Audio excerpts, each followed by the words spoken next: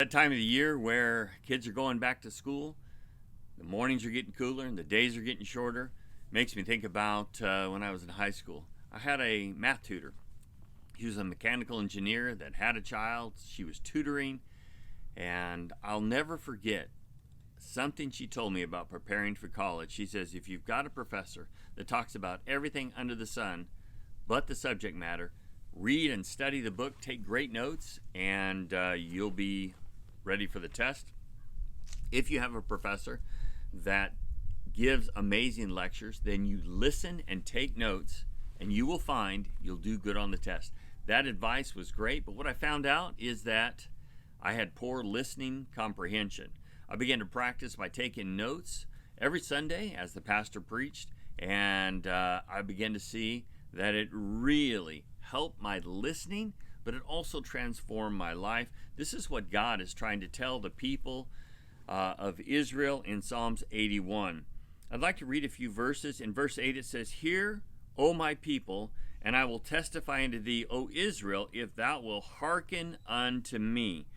Verse 10 or 11 says, "But my people would not hearken unto my voice, and Israel would none of me."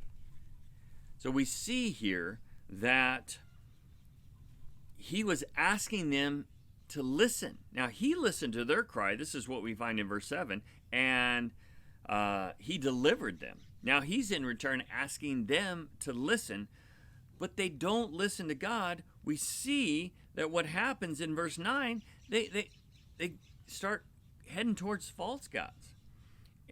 And this is what you hear in verse 13. It says, "Oh, that my people had hearkened unto me, and Israel had walked in my ways, that you would have listened and obeyed." But they didn't listen and obey, and so there's an entire generation that's lost.